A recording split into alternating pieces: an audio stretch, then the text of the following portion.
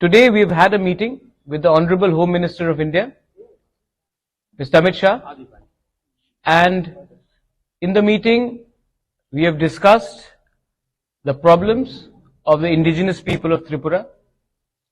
We have also met and proposed our demands before, and the Honorable Home Minister has kindly agreed to look into the problems of the indigenous people of Tripura and start a constitutional solution for our problems. The Government of India will officially appoint an interlocutor which to look into the constitutional solution of our problems. So it is in writing. It is in writing because officially the Government of India will appoint an interlocutor for a constitutional solution. So ये writing में है. क्या मैं government में बैठ रहा हूं? नहीं, हम लोग गवर्नमेंट में नहीं बैठ रहे हैं, हम लोग कैबिनेट में नहीं बैठेंगे. हम चाहते हैं कि इसका टाइम फ्रेम के अंदर एक कॉन्स्टिट्यूशनल सोल्यूशन हो, उसके बाद ही हम विचार करेंगे. लेकिन ये बात 3 या 4 लोगों को मिनिस्टर बनाने का नहीं है, ये बात 13 से 14 लाख तिपरासा को सोल्यूशन देने का है. तो नहीं, जब तक ये सोल्यूशन नहीं आएगा हम गवर्नमेंट में नहीं बैठेंगे. ये पॉइंट्स जो है ये इंटरलॉक्यूटर के साथ हम लोग डिस्कस करेंगे.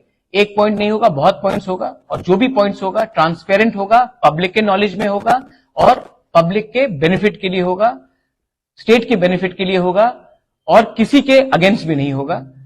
हम पब्लिक का विश्वास से आए हैं, हम पब्लिक का विश्वास को रखना चाहते हैं और हम अपना बारे बात नहीं करना चाहते हैं. पहले उनका समस्या का हल हो जाए, उसके बाद हम अपना पॉलिटिकल बात करेंगे.